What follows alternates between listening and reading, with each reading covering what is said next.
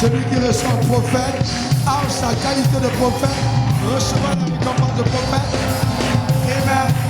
Écoutez bien. Il ne doit pas partir avec une seule grâce. Il ne repart pas avec. Ça doit rester aux tables de la foi. Provoquer la manifestation de cette grâce. Acclamer. Célébrer le don de Dieu qu'il est. Pousser les cris de joie. Nous accueillons sur cet hôtel les généraux de Dieu. Plus fort que ça.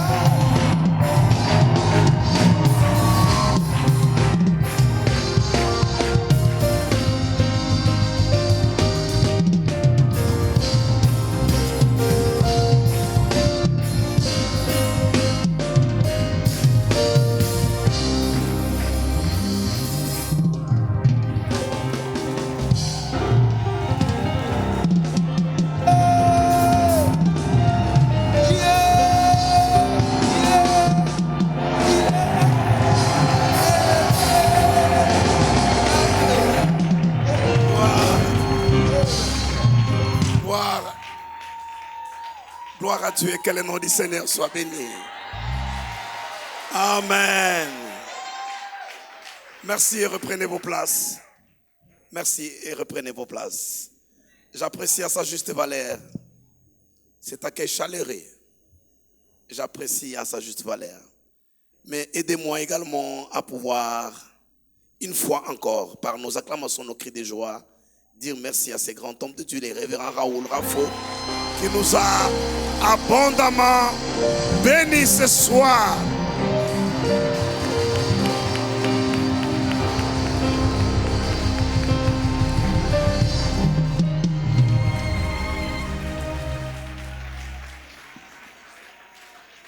Reprenons nos places. Genèse chapitre 15.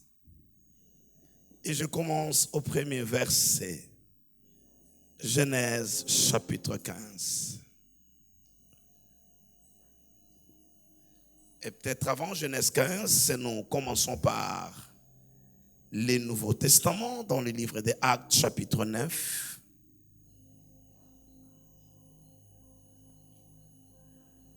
On me reproche souvent le fait que je prêche rarement le Nouveau Testament, simplement parce que je le trouve très très difficile.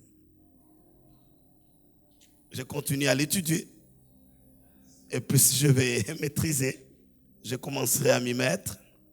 Actes chapitre 9, nous lisons du 1er au 9e verset. Cependant, Saoul, respirant encore la menace et le meurtre contre les disciples du Seigneur, s'est rendu chez le souverain sacrificateur et lui demandant des lettres pour les synagogues de Damas, afin que s'il trouvait des partisans de la nouvelle doctrine, hommes ou femmes, il les amena liés à Jérusalem. Comme il était en chemin et qu'il approchait de Damas, tout à coup une lumière venant du ciel resplendit autour de lui. Il tomba par terre et il entendit une voix qui lui disait « Saul, Saul, pourquoi me persécutes-tu » Il répondit « Qui es-tu, Seigneur ?» Et le Seigneur dit « Je suis Jésus que tu persécutes. Il te sera dur de régimer contre les aiguillons. » Tremblant et saisi d'effroi, il dit « Seigneur, que veux-tu que je fasse ?» Et le Seigneur lui dit « Lève-toi, entre dans la ville et on te dira ce que tu dois faire. » Les hommes qui l'accompagnaient demeurèrent stupéfaits. Ils entendaient bien la voix, mais ils ne voyaient personne. Saoul se releva de terre et, quoique ses yeux fussent ouverts, il ne voyait rien. On le prit par la main et on le conduisit à Damas. Il resta 3 jours sans voir et il ne mangea ni ne but. On s'arrête là. Genèse chapitre 15. Nous prenons le premier verset. Après ces événements, la parole de l'Éternel fut adressée à Abraham dans une vision et il dit « Abraham, ne crains point. Je suis ton bouclier et ta récompense sera très grande. » Qui va lire ce texte avec moi? Est-ce qu'on peut le faire ensemble? 1, 2, 3. Juste le premier verset. 1, 2, 3. Après ces événements, la parole de l'Éternel fut adressée à Abraham dans une vision et il dit « Abraham, ne crains point. Je suis ton bouclier et ta récompense sera très grande. » Il y a dans la vie des événements qui ont une suite intéressante. Parce qu'au fait, ces événements ouvrent de rideaux ou de couloirs, des corridors qui vous conduisent à des paliers plus élevés. Peut-être pas pour tout le monde, mais pour quelques-uns.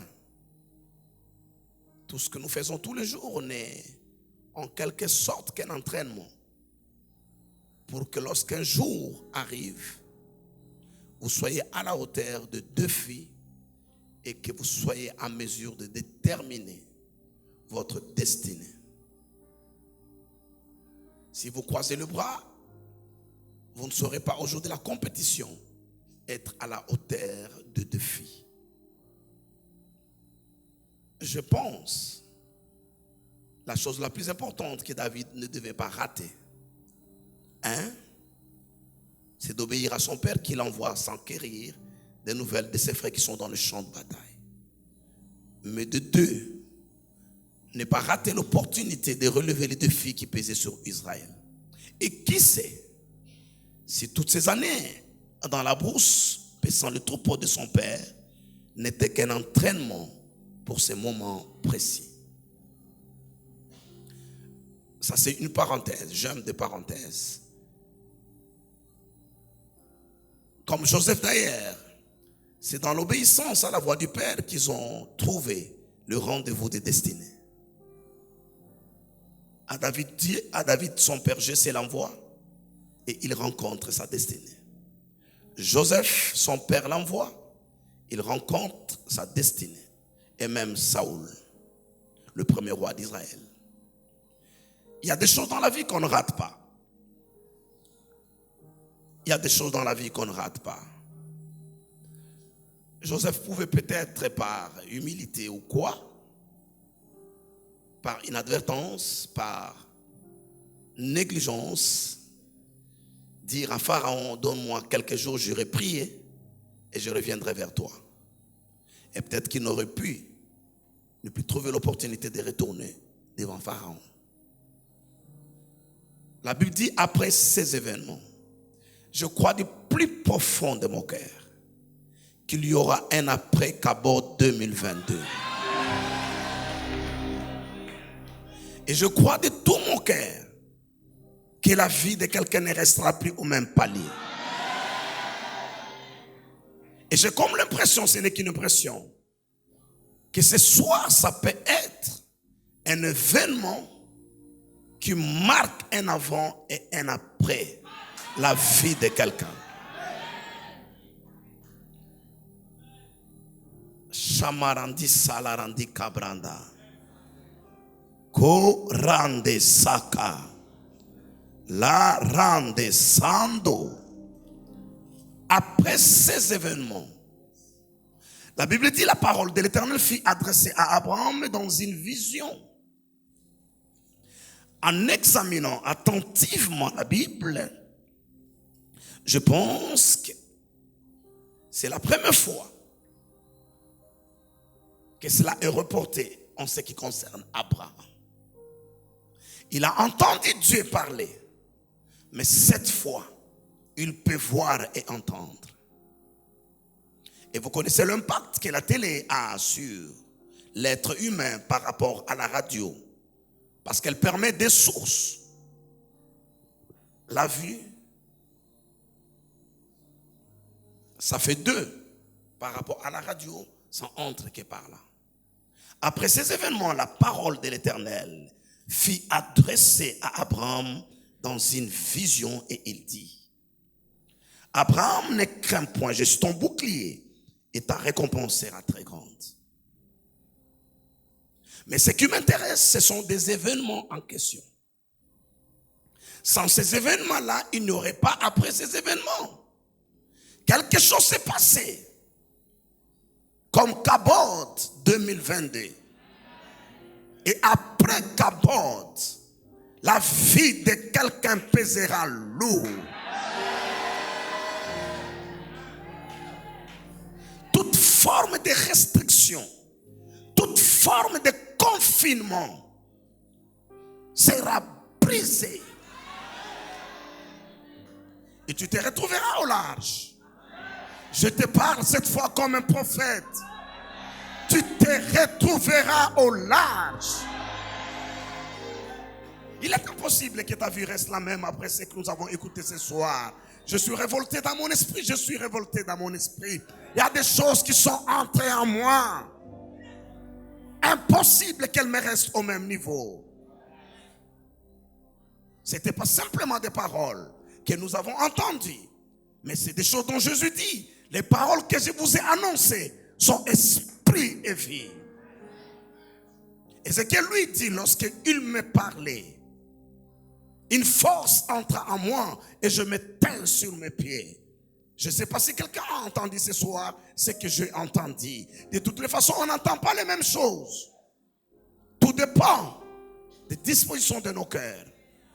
Mais au-delà de la parole, l'Esprit a puissamment agi. Et je crois de tout mon cœur, ces esprits qui ont été libérés par les déclarations et l'enseignement de l'homme de Dieu ne vous laisseront pas oisifs. Ça produira des résultats. Si ton amen arrive ici, ça sera ton histoire. Quelle grâce, quelle grâce, quelle grâce. Quelle grâce que d'être dans cette assemblée ce soir. Quelle grâce que d'avoir participé à cette réunion. Quelle atmosphère. Et même le diable sait qu'il aura plus du mal qu'il a eu jusque-là dans votre vie. Je parle à quelqu'un ce soir. Après ces événements, des événements dont il est question, c'est qu'Abraham est allé secourir son neveu Lot qui vivait à Sodome. Vous connaissez l'histoire, je ne vais pas perdre mon temps là-dessus plutôt. Un jour, alors qu'il y avait des conflits entre les travailleurs, Abraham, un homme de paix, il dit à son neveu de choisir s'il va à l'est, lui ira à l'ouest. S'il va au nord, lui ira au sud. Et ce jeune homme a l'audace de choisir. Moi, à sa place, je n'allais pas choisir et j'allais refuser de me déconnecter. Il était sans Dieu et sans alliance. Mais à cause de l'alliance de son oncle Abraham, il s'est retrouvé en train de prospérer. Il est parti. Mais avant de partir, il a levé les yeux. Il a vu une plaine qui ressemblait à un jardin arrosé. Et c'est cette même plaine qui est devenue Sodome et Gomorrhe. Et il est sorti de là, main bredouille. Il a laissé derrière sa femme en forme de statue de sel. Et puis ses deux filles, en précipitation, sont allées avec lui. Alors ces mêmes lieux. C'est pourquoi nous marchons par la foi et non par la vue. Je disais, c'est pourquoi au temple de la foi, nous marchons par la foi et non par la vue. Parce que des choses visibles sont passagères, tandis que les invisibles sont éternelles. Nous devons être à mesure de lever les yeux et de comprendre les vérités spirituelles. Ces choses qui ne changent pas au fait. Parce que l'invisible, c'est la matrice du visible. C'est là où les choses se conçoivent. Et c'est là où elles se développent avant de sortir. Bref, lorsqu'Abraham apprend que son neveu est en difficulté, il va armer les gens de sa maison et va secourir son neveu en traitant tous ceux qui vivaient dans le roi de Sodome, de Gomorrhe et tous ceux qui étaient vaincus par Kedorlaomer. Après sa victoire sur son chemin retour, la Bible dit que le roi de Sodome alla à la rencontre d'Abraham, certainement pour le remercier, donner quelques cadeaux, s'interpose un être, donc Hébreux 7 nous donnera certains détails intéressants. L'homme s'appelle Melchisédek. Il vient s'interposer. Certainement qu'il y a des circonstances, des opportunités. Il y a des hommes, certainement aussi de menaces. Avant que l'année 2023 ne se présente à vous, mais Dieu a voulu que ses serviteurs viennent avant que 2023 arrive, afin de vous équiper de la capacité de prospérer, de la capacité d'échapper au piège de l'ennemi, de la capacité d'être au-dessus de toute forme d'obstacle. Si c'est à toi que je parle, tu me donnes un grand amen. Et Melchisédek révèle à Abraham le Dieu qu'il a appelé. La vérité est celle-ci. Depuis Genèse 12, Abraham ne connaît pas le Dieu qu'il a appelé.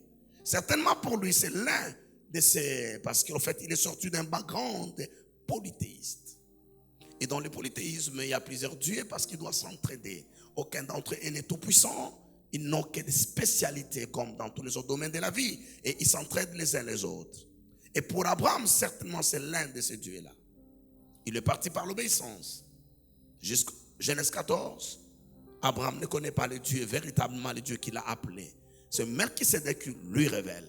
Il dit, béni soit Abraham par le Dieu très haut, maître des cieux et la terre. En hébreu, on va dire El Elyon, c'est-à-dire le Dieu très haut. Et lorsque Dieu s'est révélé dans cette fonction, il a l'office de celui qui bénit.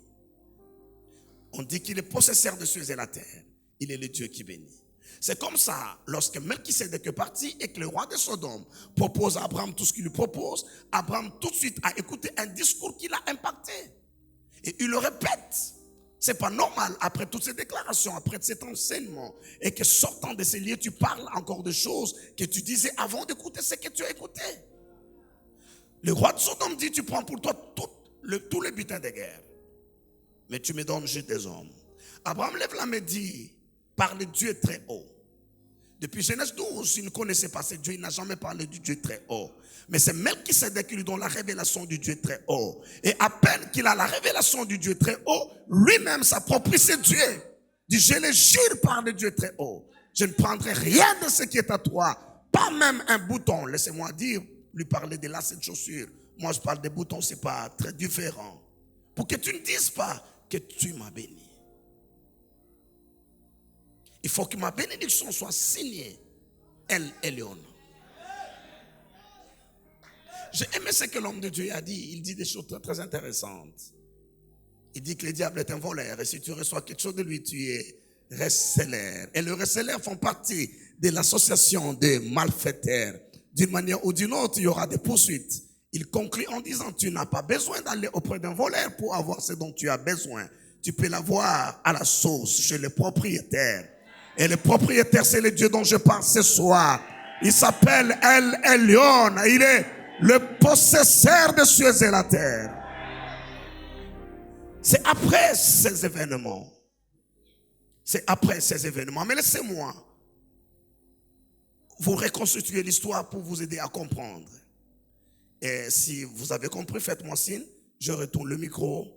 Parce que ce qu'on a reçu ce soir, c'est déjà lourd, tellement lourd. Et puis, nous serons en train de partir.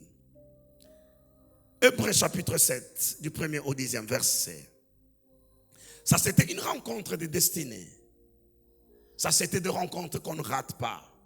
Et je crois que depuis Genèse 12, Abraham s'est préparé sans le savoir pour des moments comme ceci. S'il ratait ces moments, il a raté sa destinée. Et il est passé à côté. Et Dieu risque de les rater. Est-ce que je peux vous choquer? Dieu ne reçoit toujours pas avec les hommes tout ce qu'il a à cœur de réussir. Je peux répéter ça? C'est pas beau, pourquoi vous voulez que je le répète? C'est pas beau à entendre, je ne vais pas répéter. Pourtant c'est vrai. Hein? Vous dites? Ah oui, parce que c'est pas beau, c'est pas intéressant qu'on comprenne. Donnez-moi Hébreux chapitre 7. En effet, non, en fait, je disais juste pour elle. Tous les autres n'écoutent pas, madame, juste pour vous. J'étais en train de dire que Dieu ne reçoit pas toujours ce qu'il veut faire pour des hommes. Il a sorti Israël de la servitude pour le conduire dans un pays où coulait le lait et le miel. Malheureusement, il a échoué d'accomplir le but pour lequel il voulait le faire entrer dans le pays. Parce qu'il est écrit qu'au ciel, la loi de Dieu est parfaite, elle est établie pour toujours. Mais la terre, le pasteur dit quelque chose de très très intéressant. La terre a été donnée aux fils des hommes et Dieu doit coopérer avec eux pour faire accomplir des choses sous la terre. Aux cieux, il n'y a pas de problème, sa loi est parfaite, établie. Mais sur la terre, il a besoin d'un homme, d'une femme qui l'aide à établir. Et si ces hommes ne sont pas disponibles, s'ils ne sont pas disposés, Dieu rate d'accomplir ce qu'il a raté. Mais ses desseins, il ne les rate pas. Parce qu'il trouvera quelqu'un d'autre, il trouvera une autre génération et finalement, ils entreront dans la terre promise. Et en finalité, il accomplit ses objectifs. Mais je préfère qu'il les fasse avec vous et non avec quelqu'un d'autre. Hébreux chapitre 7. En effet, c'est Melchisédek, roi de Salem. sacrificateur du Dieu très haut, qui alla au-devant d'Abraham lorsqu'il revenait de la défaite des rois, qui le bénit. Et à qui Abraham donna la dîme de tout, qui est d'abord roi de justice d'après la signification de son nom, ensuite roi de Salem, c'est-à-dire roi de paix, qui est sans père, sans mère, sans généalogie, qui n'a ni commencement de jour ni fin de vie, mais qui est rendu semblable au Fils de Dieu. C'est Melchisédek demeure sacrificateur à perpétuité. Considérez combien est grand celui auquel le patriarche Abraham donna la dîme du butin. Ces deux fils de Lévi qui exercent le sacerdoce ont d'après la loi l'ordre de lever la dîme sur le peuple, c'est-à-dire sur leurs frères qui cependant sont ici des reins d'Abraham. Et lui qui ne tirait pas de son origine, il leva la dîme sur Abraham et il est béni. Et il bénit celui qui avait les promesses. Or c'est sans contredit l'inférieur qui est béni par le supérieur. Et ici, ceux qui perçoivent la dîme sont des hommes mortels. Mais là, c'est celui dont il est attesté qu'il est vivant. Et de plus, c'est le vie qui perçoit la dîme l'a payé, pour ainsi dire, par Abraham. Car il était encore dans les reins de son père lorsqu'Abraham, Melchisédek plutôt, alla au-devant de qui? D'Abraham. En fait, Melchisédek, avec tout le mystère qui entoure son personnage, est un être qui a bel et bien existé. Il n'a pas simplement apparu pour rencontrer Abraham et disparaître. Il a vécu, et comme dit la Bible, il était roi de Salem. Salem, en fait, est la capitale de Canaan. Au départ, c'est une famille, c'est le nom d'un homme. C'est une famille, ensuite ça devient un clan, ça devient des tribus. Et puis il se développe, il se multiplie, plusieurs autres branches, les Jébusiens, les Hittites et tous ces gens-là. Mais d'une manière générale, ils sont tous issus des Canaan, ils sont des Cananéens. Et nous connaissons l'histoire des Canaan. Genèse chapitre 9, donnez-moi 20 et 27. Genèse 9, 20 et 27. 20 à 27. Noé commença à cultiver la terre et planta de la vigne. Il but du vin, s'enivra et se découvrit au milieu de sa tente. Cham, père de Canaan, vit la nullité de son père et il les rapporta dehors à ses deux frères. C'était Sem et Japheth. Alors Sem et Japheth prirent le manteau, le mirent sous leurs épaules, marchèrent à reculons et couvrirent la nudité de leur père. Comme leur visage était détourné, ils ne virent point la nudité de leur père. Lorsque Noé se réveilla de son vin, il apprit ce que lui avait fait son fils cadet. Et il dit, maudit soit Canaan, qui soit l'esclave des esclaves de ses frères. Ça c'est trop dur. Pas simplement qu'il soit esclave, mais qu'il soit esclave des esclaves de ses frères. Maudit soit Canaan, qui soit l'esclave des esclaves de ses frères. Il dit encore, béni soit l'Éternel Dieu de Sem, et que Canaan soit leur esclave. Que Dieu étende les possessions déjà faites, qu'il habite dans les temps de Sem, et que Canaan soit leur esclave. Ça, c'est une histoire que nous connaissons. Après le déluge, Noé a planté de la vigne. Il voulait jouir du fruit de son travail. À un moment donné, il est ivre. Mais je remarque que dans son ivresse, il n'expose pas sa nudité sous la rue, ni dans sa cour, mais il prend soin d'entrer jusque dans sa chambre, et c'est là où il expose sa nudité. Je ne vois pas qui vous donne le droit de les blâmer, parce que nos chambres sont tous témoins qu'elles nous ont déjà vus nus un jour ou un autre. Et c'est l'endroit idéal pour l'être. C'est là-dedans que Cham vient découvrir la nudité de son père. C'est dans sa chambre qu'il vient découvrir sa nudité. L'homme de Dieu a parlé de la familiarité avec les hommes de Dieu. Ce qui empêche plusieurs d'être bénis. Plusieurs d'être bénis. Et puis finalement, pas seulement qu'il a vu, mais il en parle en se moquant. Alors que c'est lui qui s'est invité dans la tente de son père. Japheth et Sem ont agi différemment. Et vous remarquez que ces enfants ont reçu une même éducation, comme Caïn et Abel. Ils ne sont pas issus d'une famille polygame pour qu'on accuse leur oncle maternel qui ont eu de l'influence sur eux. Ils sont fils d'un même père, d'une même mère. Mais lorsqu'il faut agir, Abel fait ce qu'il faut et Caïn fait la moitié de ce qu'il faut faire. Et finalement, c'est la même histoire qui se répète. Nous sommes dans une même famille, temple de la foi. Et tous ceux qui sont nos membres virtuels qui nous suivent. Mais c'est vous qui déterminez ce qui vous arrivera. Si vous accusez le pasteur de quoi que ce soit ou cette église, quelqu'un d'autre s'élèvera pour prouver le contraire. Parce que lui s'est aligné au principe. Il a fait allégeance à l'onction et à la grâce qu'il y a dans la maison. Et il a vu le résultat dans sa vie. Sem et Japheth ont agi différemment. Mais lorsque Noé s'est réveillé et qu'il est au courant de ce qui s'est passé, en lieu et place de maudire son propre fils, il saute son fils et il maudit son petit-fils. Ce n'est pas Canaan qui a vu sa nudité. Ce n'est pas Canaan qui a parlé de sa nudité.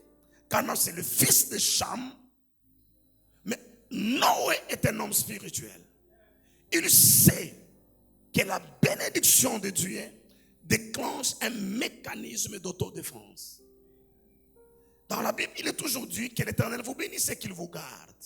Au fait, la bénédiction a des faces. Il y a une face qui vous permet de prospérer, mais il y a une autre face qui vous protège pour que cette prospérité ne soit pas abusée par qui que ce soit. C'est pourquoi il est écrit, bénis quiconque te bénira. Celui qui te bénira, c'est celui qui vient en face de toi et il est en contact avec la face A de la bénédiction.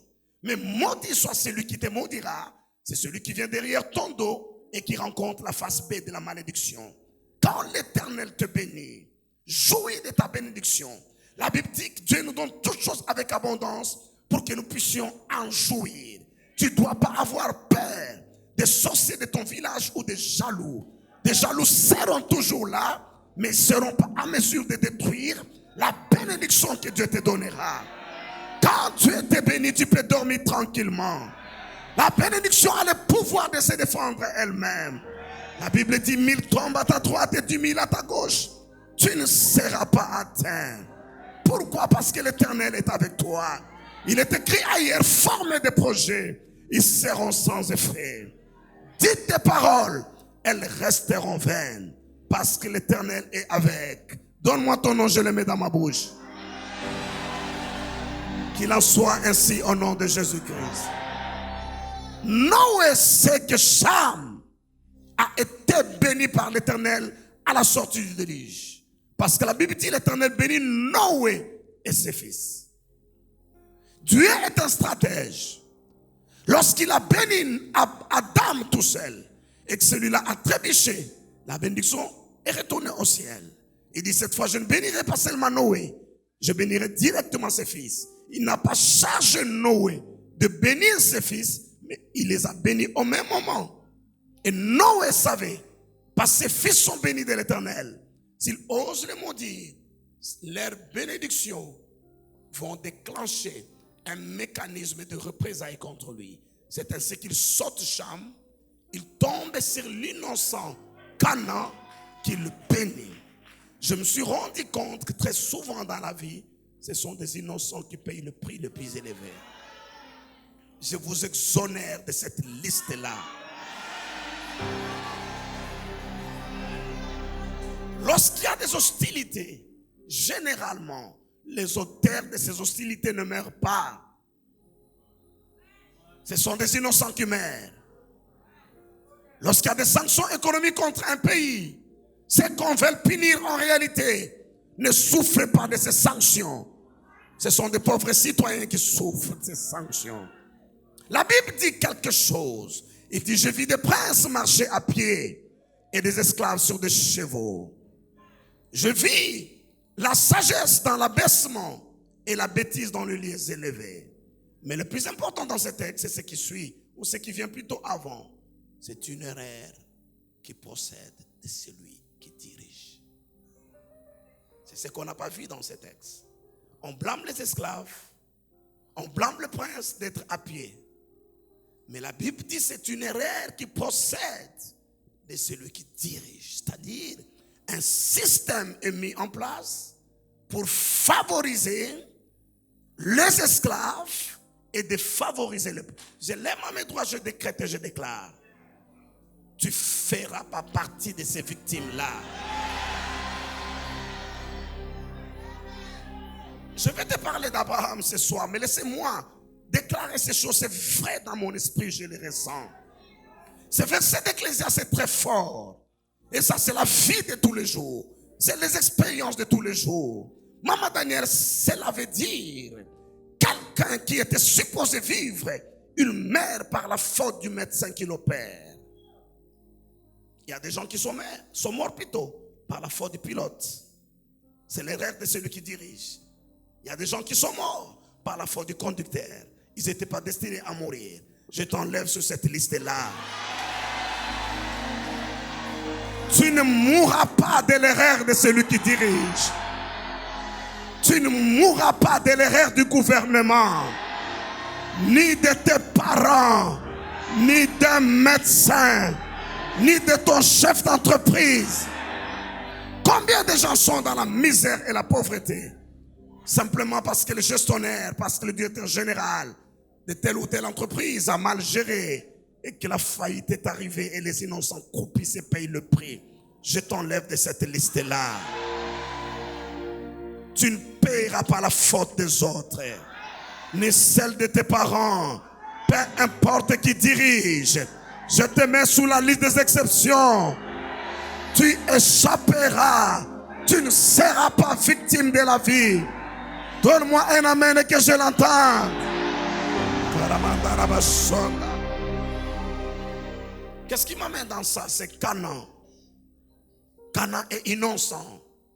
Il n'a rien fait pour mériter ce qu'il mérite. Mais c'est lui qui reçoit la malédiction. Mais sa malédiction est particulière parce qu'il est dit qu'il soit l'esclave des esclaves de ses frères. Et pas seulement qu'on le maudit. À côté de lui, on maudit, on bénit Japheth, on bénit Sem. Et depuis lors, Canaan et ses descendants sont tombés dans une malédiction terrible. Et la malédiction est un pouvoir surnaturel qui vous fait régresser, qui vous bloque au même endroit et qui vous fait tourner à rond. Les Cananéens ont vécu ainsi sous cette grande malédiction. Et Dieu, dans sa miséricorde, décide d'envoyer un roi sacrificateur. Parce que chaque peuple qui est dans la malédiction, pas seulement la malédiction, chaque peuple qui est dans des circonstances très très compliquées, n'a pas besoin simplement d'un roi, mais il a besoin d'un roi sacrificateur pour expier d'abord ses péchés avant de pouvoir lui accorder la bénédiction. C'est ainsi que les Cananéens, à une époque donnée, ont vu apparaître au milieu d'eux quelqu'un qu'ils ne connaissaient pas. Ils ne savaient pas il venait d'où. Il n'avait ni père ni mère. Il n'avait pas des origines de chez eux. Il est venu à leur secours. C'est comme ça la Bible dit qu'il était roi de Salem. Salem, au fait, c'est ce que les Juifs appellent Jérusalem. Et les Cananéens appellent Jébusalem, la forteresse des Jébusiens. La différence est juste R et B. Ça dépend de la prononciation, vous savez. Nous avons tous ce genre de choses dans nos tribus. Il y a des mots ou des lettres que nous ne savons pas prononcer correctement les uns ou les autres. Mais c'est la même ville. Et Jérusalem, c'est la capitale des Canaan. Ils se sont divisés en plusieurs clans, je l'ai dit, en plusieurs lignées. Mais leur forteresse, c'est à Jébus. Qui se rappelle, lorsque David a commencé à conquérir la terre promise, à élargir les frontières. Lorsqu'il arrive à Jébus, les Jébusiens disent ici, les aveugles et les boiteux te résisteront. Une manière de dire, cette forteresse, tu ne la prendras pas. David se tourne vers ses hommes et il leur dit, celui qui d'entre vous s'élèvera le premier et battra ses Jébusiens, ses aveugles et ses boiteux. Sa famille sera affranchie en Israël. Ça deviendra une famille noble. Ils seront exonérés des taxes. Et les hommes de David se sont levés. Ils ont bâti tous ces Jébusiens. Ils ont pris leur forteresse. Et c'est là où David a bâti la cité de David, au cœur même de Jérusalem. Il signe un décret en disant, l'aveugle et les boiteux n'entreront pas à la cité de David. Parce qu'un défi a été lancé, que les aveugles et les boiteux lui résisteront plutôt. C'est l'histoire de Jébus dont je parle. Dieu dans sa miséricorde les renvoie un sacrificateur roi au milieu d'eux, afin de les aider, pas seulement à apaiser leur malédiction et leur souffrance, mais à pouvoir les délivrer de leur souffrance. Mais ce qui me choque dans cette histoire, c'est que des Cananéens n'ont pas joui du ministère de Melchisédek. Vous savez, avant de les chasser, Dieu attendait que la coupe soit remplie du péché. C'est-à-dire qu'il y avait une possibilité pour eux de rémission, de rédemption. Une possibilité de changer le cours des événements. Parce que Dieu, dans sa miséricorde, n'a jamais fermé toutes les portes. Il laisse toujours, même pour ceux qui sont bénis, maudits, je vous l'ai dit. Vous connaissez l'histoire d'Ésaü. Nous en avons parlé ici, je crois, 3 ou 4 ans en arrière. Ésaü, son père n'arrive pas à le bénir.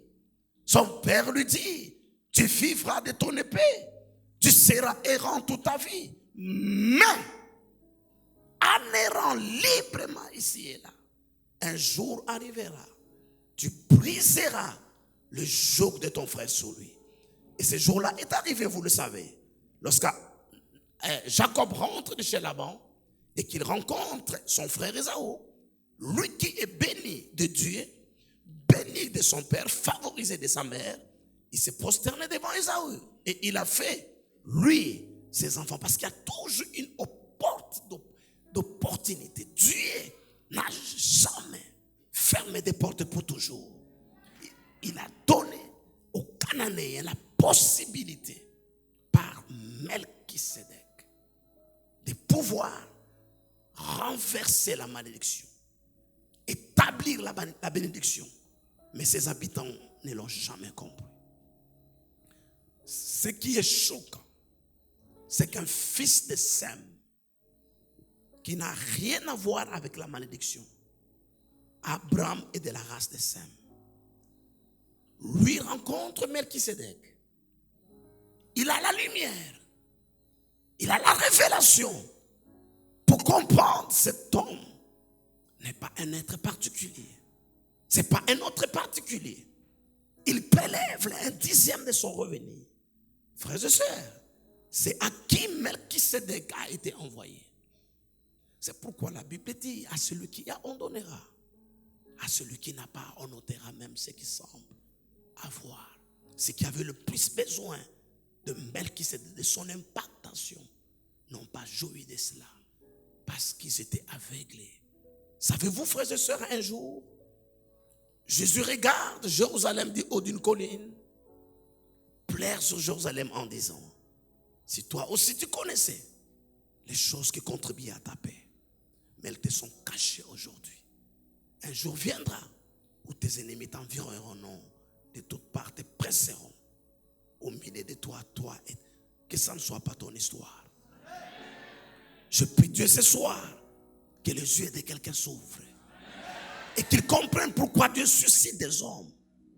Dieu suscite des hommes parce qu'ayant connu notre background, ayant connu notre destinée, il suscite des hommes qu'il met sur notre chemin afin de pouvoir nous permettre de renégocier le raté de notre passé ou de notre existence pour que nous puissions à nouveau nous réaligner nous-mêmes.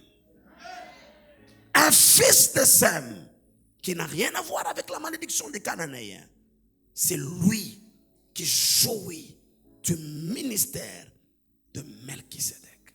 Lorsqu'il rencontre Melchisédek, il fait allégeance à son onction. Il fait allégeance à son sacerdoce. Il fait allégeance à sa prêtrise et à son autel. Frères et sœurs, écoutez-moi ce soir. Je parle de choses extrêmement intéressantes et de choses profondes qui pourra changer la destinée d'un homme. Vous jouez avec tout sauf avec votre propre destinée. La destinée, c'est la raison pour laquelle vous existez. Et vous ne permettez pas à quelqu'un de s'interposer entre vous et des hommes et des femmes que Dieu envoie pour l'accomplissement de votre destinée. Prenez-moi tout ce qui est matériel, mais laissez-moi ma destinée. Parce que ma destinée reproduira tout ce qui est matériel. C'est la raison d'être d'un homme et d'une femme. Qu'est-ce que je dis ce soir? Ce soir, je dis, s'il y a un homme qui n'avait pas besoin d'impactation, au fait, pas qu'il n'en avait pas besoin, je vais dire ça différemment. S'il y a un homme qui pouvait être exonéré de l'impactation humaine, ça serait Abraham. Savez-vous pourquoi? Parce qu'il n'avait pas de père spirituel. Dieu commence avec lui. Il dit, je ferai de toi une source. C'est une nouvelle histoire. C'est un nouveau recommencement. Et Abraham a toutes les excuses. Parce qu'il n'a pas de pasteur. Il n'a pas de prêtre. Il n'a pas de sacrificateur à qui il doit faire allégeance. Et lui doit recevoir son impactation directement de Dieu. Mais ça ne se passe pas de cette manière-là. Il faut qu'il trouve un homme sur terre. Un homme en chair qui lui permet d'être impacté. Et Abraham a trouvé cet homme-là. Et il a eu l'intelligence spirituelle de comprendre qu'aujourd'hui ou jamais, ma destinée, soyez-en sûrs. Tous les théologiens vous diront, et personne aura du mal, n'importe qui, personne n'aura la facilité de contredire et de démanteler ce que je dis. Parce que ça a des bases théologiques solides. Ça a des bases bibliques efficaces. Abraham ne serait pas devenu ce qu'il est devenu s'il avait raté sa rencontre avec Melchisedec.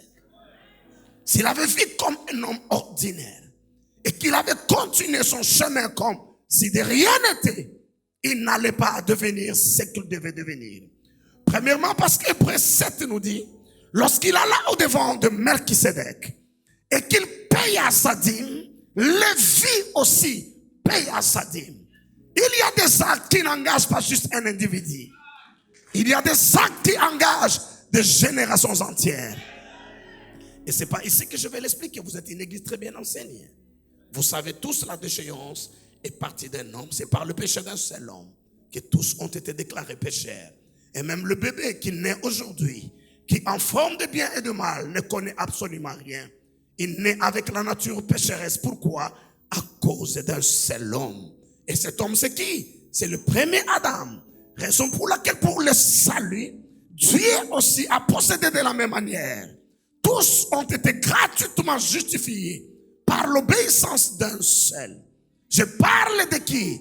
Je parle de Jésus, notre Seigneur et Sauveur. Mais n'oubliez pas que notre pasteur a dit, sans Abraham, Dieu ne trouverait pas, il ne serait pas légal d'envoyer son fils sur la terre.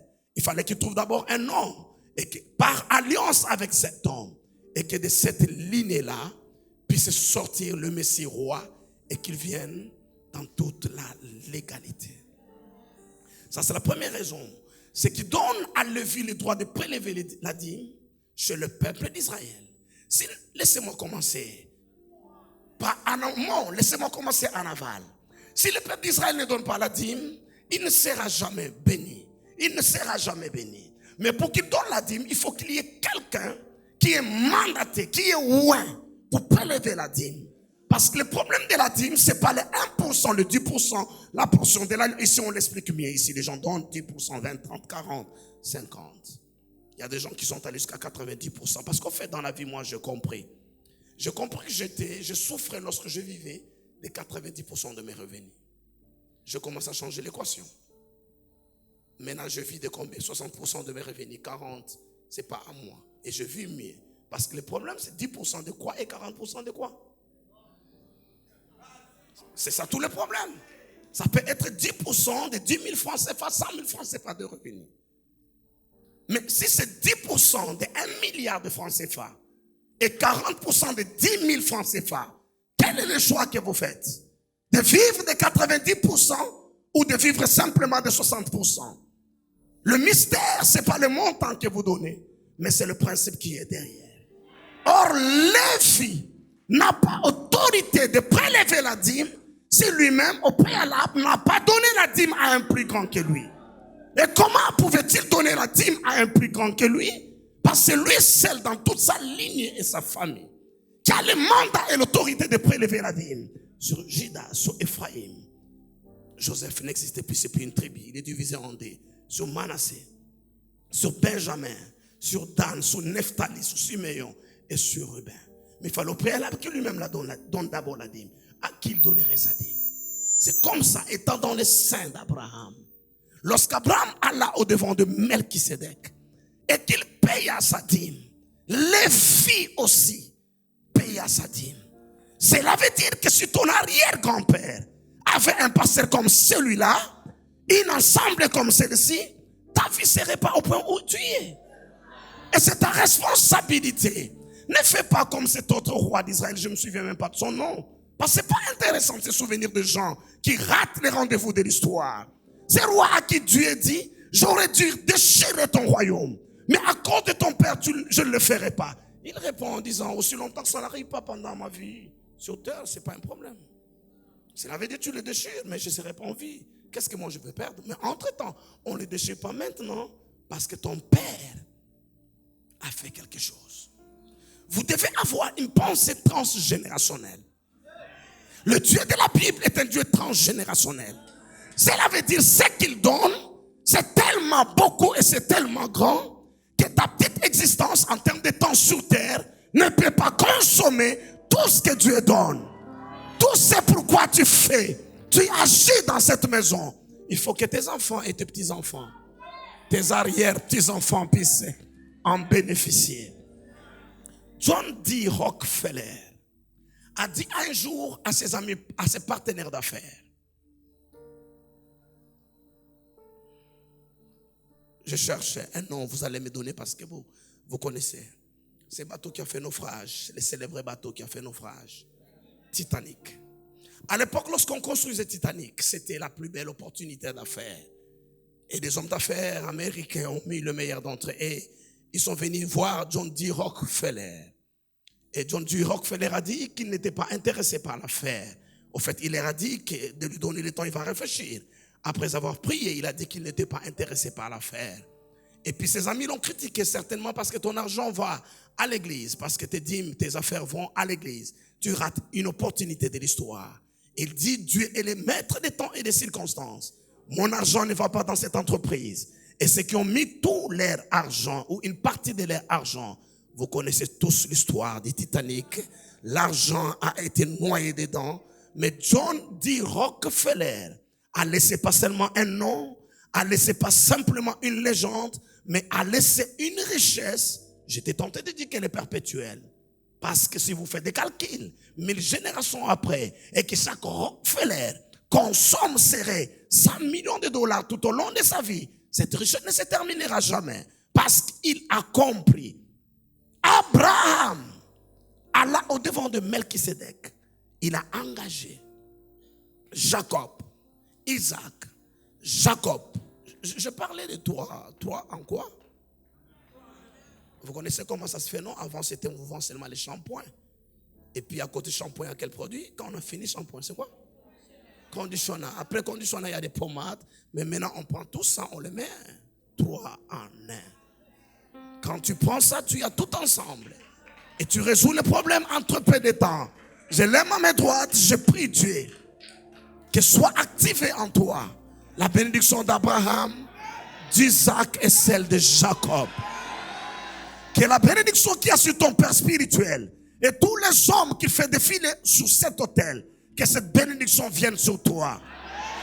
Là où ta grâce ne te permet pas de passer, Que les grâces que j'ai reçues de Dieu parlent en ta faveur et que tu passes.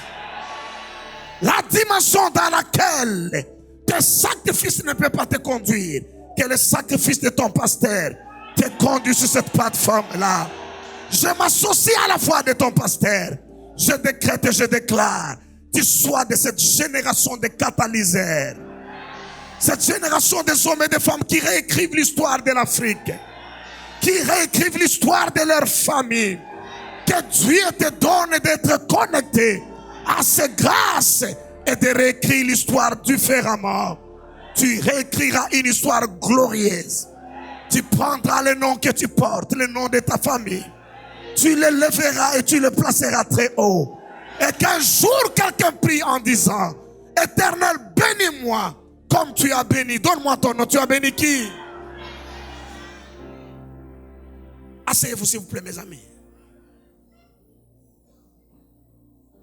Deuxièmement, personne ne peut m'expliquer comment Abraham, sans ascendance royale, peut engendrer des rois. Quelqu'un ne peut pas m'expliquer comment Abraham, sans ascendance sacerdotale, peut engendrer des sacrificateurs. Ce sont des choses, des fonctions liées au sang. Ça se transmet de père en fils. Écoutez-moi, je crois. Rien n'est impossible à Dieu, je crois.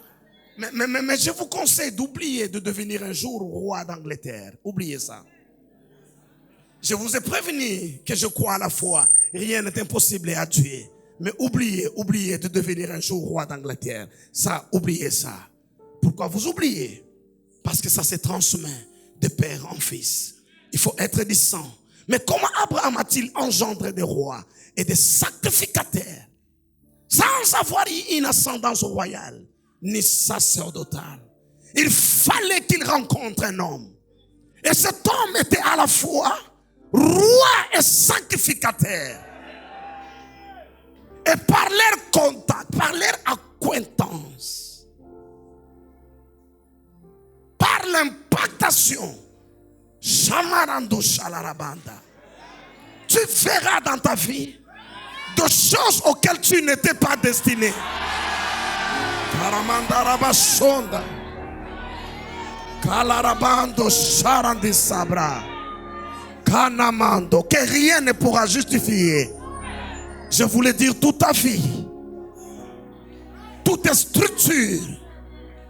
structures biologiques, mentales et spirituelles ne te disposent pas à avoir des choses que tu verras désormais commencer à se manifester dans ta vie. Tu reçois ça. Shamarandi Sabranda, Kalarabando Shikamarandi. Il y a des transactions spirituelles de haut niveau. Je dis quoi? Il y a des transactions spirituelles de haut niveau. Il y a des hommes et des femmes qui sont des étoiles venues de l'éternité afin de pouvoir féconder des esprits des hommes et des femmes pour les propulser dans des dimensions que les diplômes d'Oxford ou de Cambridge, de Paris 1 ne peut pas vous amener. Abraham a engendré des rois parce qu'il a été en acquaintance avec le roi de Salem. Il a engendré des sacrificateurs parce qu'il a été en acquaintance avec le sacrificateur du Dieu très haut. Mais je vais rappeler à quelqu'un, c'est pour qui il est venu, c'est pour qui il a été envoyé. C'était des Cananéens. Il était roi de Salem. Vous savez qu'Abraham était étranger et passager sur cette terre. Il errait d'une nation à une autre. Il n'était pas établi par Dieu, mais par son intelligence. Je reviens encore pour que quelqu'un me comprenne. Abraham était un fils de Sem. Il avait été béni par le Dieu des cieux. Mais ce qui avait le plus besoin de cette bénédiction, on vit Melchisedec et l'on considérait comme un être humain normal, vivant au milieu d'eux. passant au milieu d'eux, et ils n'ont pas nourri son autel. Mais les fils de Sem avaient l'intelligence. Laissez-moi vous dire une chose.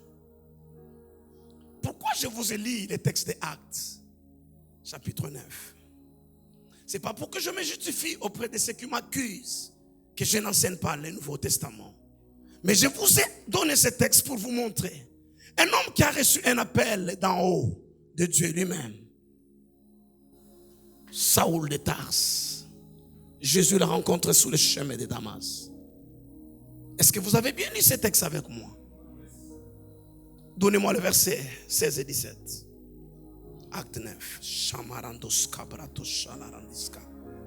Caramando brochande abrandas cablahanda. Kinamalarandiska branda. Écoutez-moi vous dire, j'aime ce continent du plus profond de mon cœur. Dieu seul sait quels sont les sacrifices que je fais pour ce continent, pour le peuple de ce continent. Mais je vais vous dire là toute la vérité. Pour le bien-être, d'abord vous-même et puis les générations qui viennent. Oubliez nos gouvernements. Ils ne peuvent pas nous aider. Regardez. Le président Bill Clinton est venu en Afrique du Sud et il a eu une réunion particulière avec des pasteurs. Je n'étais pas dans cette réunion-là, mais j'ai un pasteur très proche à moi qui a pris part à cette réunion-là. Et Bill Clinton leur a dit ceci. Je ne me souviens pas, est-ce qu'il était président des États-Unis ou il avait déjà quitté les fonctions? Ça, je ne me souviens pas. Mais il a dit au pasteur dans une réunion privée ceci. Il dit, écoutez, sans vous et sans Dieu, que l'Afrique oublie, il ne s'en sortira pas. Si c'est Bill Clinton qui le dit. Oh, peut-être vous ne savez pas qui est ce gars. Attends, je vais vous détendre. Lorsque sa femme, à l'époque, a proposé à Barack Obama de devenir son colistaire, son vice-président, qu'ils fassent la course ensemble, et qu'Obama a refusé, moi je l'ai traité d'hôtel. Je dis, ce garçon est arrogant. Comment il peut rater une si belle opportunité de devenir vice-président des États-Unis? Est-ce qu'il sait seulement qui lui parle? C'est des hommes puissants de la terre. C'est des décideurs. Des gens qui décident de beaucoup de choses qui se passent sur la terre. Parce qu'en fait, cette vie que vous voyez, nos sorts sont confiés entre les mains de moins de 25 personnes. On ne va pas citer les noms de ces gens-là. Il y a une famille que tout le monde connaît. En Suisse, et puis bon, ils sont un peu partout. Il y a peut-être 25 personnes qui gèrent tout ce qui nous concerne là. Qui peuvent se décider aujourd'hui de dire, bon, que le prix du cacao, nous le baissons. Qui peut décider aujourd'hui pour dire, bon, vous ne vendez pas les armes à tel pays. Ils le font à leur gré. Je reviens dans mon histoire. Bill Clinton a dit au pasteur à Cape Town, dit, sans vous, si vous ne prenez pas conscience de ce que vous représentez, et si vous n'associez pas, vous n'êtes pas sérieux avec Dieu, oubliez le développement de l'Afrique, il ne s'en sortira jamais. On pourra vous souffler le foie pendant un temps si vous avez beaucoup transpiré. Et après, ils vont éteindre les climatiseurs. Ça va réchauffer encore. Parce qu'ils ont toutes les manettes et tous les leviers de pouvoir et de contrôle sur nos nations. Mais Dieu merci, il reconnaît. Si vous, le pasteur, vous prenez conscience. Et si vous prenez Dieu et les choses de Dieu au sérieux. Vous savez quoi la Bible dit? La Bible dit, le libérateur monteront sur la montagne de Sion. Et ensuite, ils jugeront ceux de la montagne d'Ésaü. C'est alors que le règne appartiendra à l'Éternel. N'oubliez pas la pensée clé que le pasteur vous a donnée. La terre appartient aux fils des hommes. Mais il faut que du milieu de l'église, le libérateur s'élève et qu'il vienne à Kabot. Kabot, c'est la montagne de Sion. Qu'il négocie avec Dieu, qu'il traite avec Dieu, qu'il parle avec Dieu, qu'il reçoive l'illumination.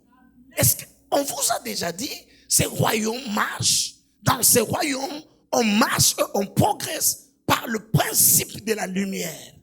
La volonté ne suffit pas jusqu'à ce que la lumière jaillisse Les gens ne vont nulle part dans ces royaumes. Jusqu'à ce que quoi? La lumière jaillisse.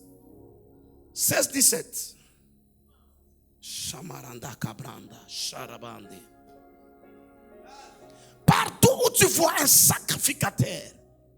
En fait, avant de lire mon texte, laissez-moi vous ouvrir mon cœur et vous expliquer. Melchisedec a été envoyé à Canaan pour être sacrificateur roi. Dans chaque royaume organisé, le peuple vit du trésor royal. Le besoin de base comme le transport, l'éducation, la santé, quoi encore? Donnez-moi, complétez-moi la liste. Tous ces besoins de base sont pourvus par le trésor royal. Cela veut dire quoi? Vous, Cananéens, tout ce que vous ferez, même si vous gagnez 10 milliards de francs CFA par mois, le dévoreur viendra et il les dévorera. C'est ça le pouvoir de la malédiction. Un homme qui est maudit, faites-lui tout le bien de la terre, ça ne l'avancera pas. Qui connaît quelqu'un qui s'est développé par les aides qu'on lui a accordées? Que je change de question? Qui connaît un pays qui s'est développé par l'aide? Qui connaît? C'est-à-dire, vous les habitants de Canaan, tout ce que vous allez gagner comme revenu, comme ça ne vous avancera pas, apportez-les au sacrificateur qui vous est établi. Et maintenant, lorsque la malédiction, lorsque tous ces esprits méchants ou tous ces gens de mauvaise foi viendront pour vous dépouiller, ils ne vous trouveront, vous n'avez rien. À celui qui n'a rien, on ne vole rien. Mais la question est celle-ci. Comment nous vivrons alors? Comment nous allons nouer les deux bouts du mois? C'est pourquoi il n'est pas simplement sacrificateur, il est également roi. Pour les besoins de base, vous vivrez du trésor royal. Mais en ce qui concerne vos revenus, vous les donnez à qui? Au sacrificateur. Et quand celui qui menace vos revenus, il vient le premier mois, vous n'avez rien.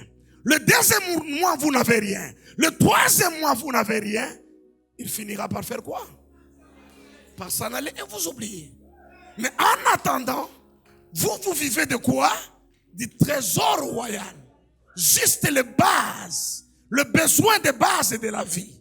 Mais entre-temps, vos sacrifices sur l'autel est en train de renverser la cour.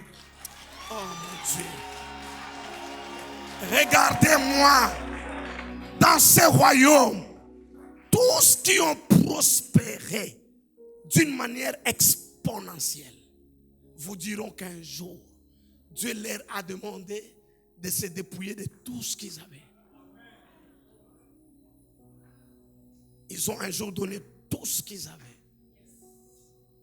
Qu'est-ce que je dis? C'est pourquoi Jésus a dit qu'il est difficile à un riche, pas impossible, mais difficile à un riche d'entrer dans le royaume. Parce qu'il a beaucoup à donner. Ce jeune homme qui s'est vanté d'avoir accompli toute la loi, toute la justice depuis son enfance. Il en a parlé très bien ce soir. Toi, tu parles bien. J'aime comment tu parles. Il a dit la perfection est liée. C'était ce matin ou ce soir. La perfection est liée à quoi? Au donner. Non, en fait, Jésus c'était un homme respectable. Il ne voulait pas lui dire, va vendre et donne-moi. On l'aurait accusé d'être quelqu'un qui escroque les gens. C'est comme ça il a dit, va donner aux pauvres. Ouais. Sinon les gars allaient trouver une excuse pour ne pas donner. Il veut m'appauvrir pour que lui s'enrichisse. Alors Jésus lui enlève cet argument, il dit, tu vas donner aux pauvres. Hein? C'est pas ça? Je pose la question, c'est pas ça? Vous n'avez pas lu le texte de Bartimée? Les pauvres mendiants, avec les mendiants. Il était avec les pauvres. Lorsque Jésus les guérit, il n'a pas quitté Jésus. Certainement, il était dans le cortège de Jésus. Et lorsqu'ils arrivent chez Zachée, Zaché dit, je donnerai la moitié de mes biens aux pauvres. Le premier pauvre, c'est qui? C'est Bartimée qui est là à côté. Vous n'avez pas vu ça? Oh mon Dieu. Comment vous n'avez pas vu ça? Alléluia. Pourquoi il est plus difficile à un pauvre d'entrer dans le royaume? Parce qu'on dit ici que chacun donne tout ce qu'il a. Tous ces jeunes gens qui n'ont que, toute leur vie n'ont que 10 000 francs. Ces femmes, c'est rien. Il est capable de vous enlever sa chemise et tout ce qu'il a, là, il donne parce qu'en fait, c'est... Mais c'est là où nous autres, là, on va s'arrêter pour réfléchir. Qu'est-ce qu'on devra faire? Qui a compris? Pourquoi Melchisédek a été envoyé aux habitants de Canaan? Mais ils n'ont rien compris de tout cela. Ils n'ont rien compris de tout cela. Donnez-moi acte, on termine. Ça me reste 3 minutes. Shamaranda, Brashanda, Kolorobonda. Écoutez. Donnez-moi le verset 17 de Actes chapitre 9. Ananias sortit et lorsqu'il fit arriver dans la maison, il imposa les mains à Saoul en disant: Saoul, mon frère, le Seigneur Jésus qui t'est apparu sur le chemin par lequel tu venais m'a envoyé pour que tu recouvres la vie et que tu sois rempli du Saint-Esprit. 18. Au même instant, il tomba de ses yeux comme des écailles, il recouvra la vie, s'éleva et fut baptisé. Abraham a été appelé par Dieu et il n'avait jamais rien vu. Abraham a été appelé par Dieu. Il n'a jamais rien vu. Jusqu'à ce qu'il rencontre Melchisédek. Et le verset chapitre 15 dit: après ces événements, la parole de l'Éternel fut adressée à Abraham dans une vision. Avant cela, il n'a pas de vision. Dieu l'a appelé. Il a répondu à l'appel de Dieu. Il a été aveuglé. Il a rencontré Melchisédek. Melchisédek l'a impacté. Ses yeux se sont ouverts. C'est l'histoire de Paul. Paul a rencontré Jésus en personne. Et il est devenu aveugle pendant 3 jours. Il a fallu un homme, Ananias. Révérend, à l'église, il y a plein d'aveugles. Parce qu'ils ne connaissent que Dieu, ils ne rencontrent que Dieu. Regardez-moi. Dieu habite au milieu d'une lumière inaccessible. Quand une lumière est inaccessible, ça devient ténèbres. Vous n'avez pas pensé à ça? Quand une lumière est inaccessible, le pouvoir de la lumière, c'est de donner accès. C'est comme ça que Dieu, à la création, commence par dire que la lumière soit. Comment je vais le mettre? Attendez, ne criez pas. Comment je vais le mettre? Une manière de dire, si je n'ai pas la lumière, je ne verrai pas comment continuer dans la suite. C'est ce qui fait que dans votre maison, si elle est construite dans les normes, l'interrupteur, on le met où? Quand tu entres dans ta chambre, la première des choses, tu fais quoi? Donc, même dans le noir, tu dois savoir où il y en a. La chambre où tu habites depuis des années, chaque fois que tu entres dans le noir, tu commences que la lumière soit. Après seulement, tu peux faire autre chose dedans. C'est le principe le plus puissant dans ce royaume. Mais dans l'église, il y a plein d'aveugles parce qu'ils ne font que des jeûnes de 40 jours. Et ils rencontrent Dieu qui habite dans une lumière inaccessible. Trop de lumière rend aveugle. Prenez approchez votre visage de ces combien de watts là. Approchez votre visage. Vous ne verrez plus rien. Ça demande un homme. Ça demande un Ananias pour venir vous aider à recouvrir la vie parce que la lumière de Dieu vous a rendu aveugle. Ça demande un Melchisédek pour qu'Abraham commence à voir.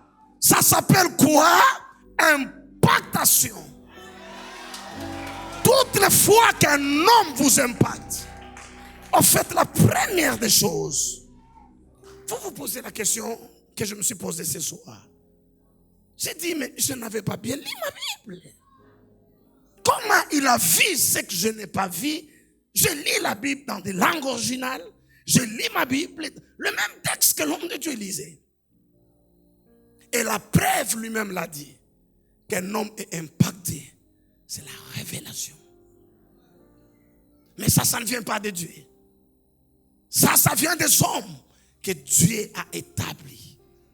Je prie l'Église qu'elle redevienne humble. Le maître est allé au pied de Jean-Baptiste. Il s'est aligné comme tout le monde.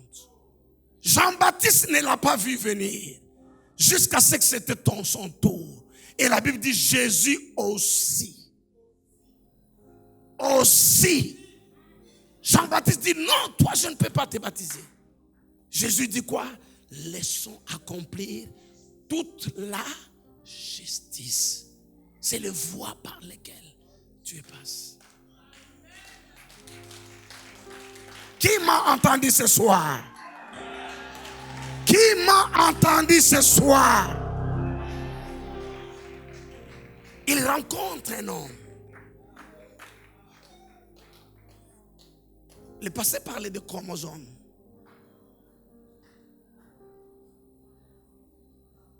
Son ADN est surnaturellement modifié.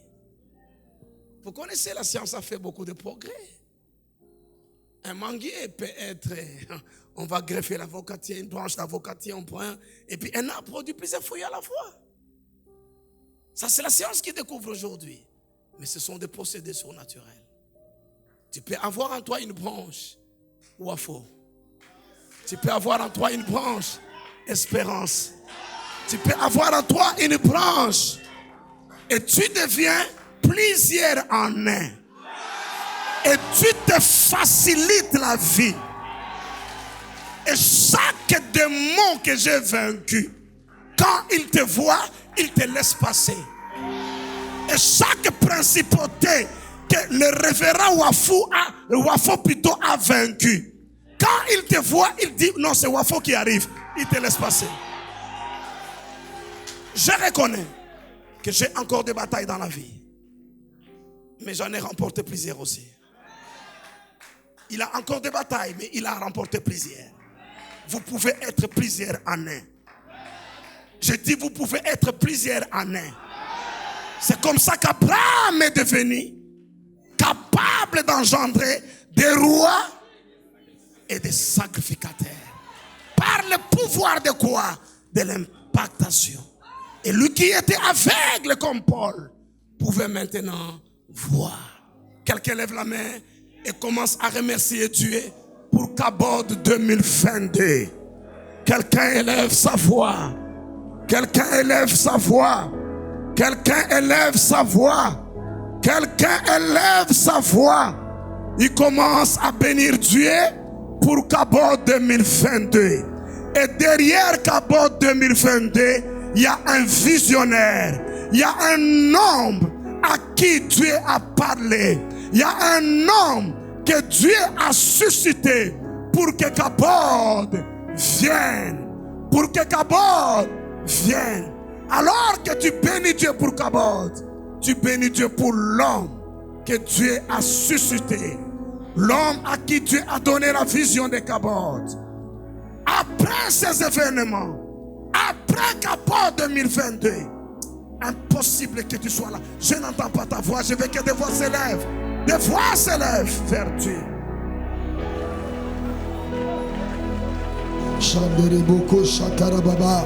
Quand tu élèves ta voix avec le trône de la grâce, élève ta voix, parle à Dieu, rends grâce à Dieu pour cette saison, pour cette connexion, rends grâce à Dieu pour ce temps d'impactation là où tu es, que tu sois en Amérique, que tu sois en Afrique, que tu sois en Europe, que tu sois ici, élève ta voix.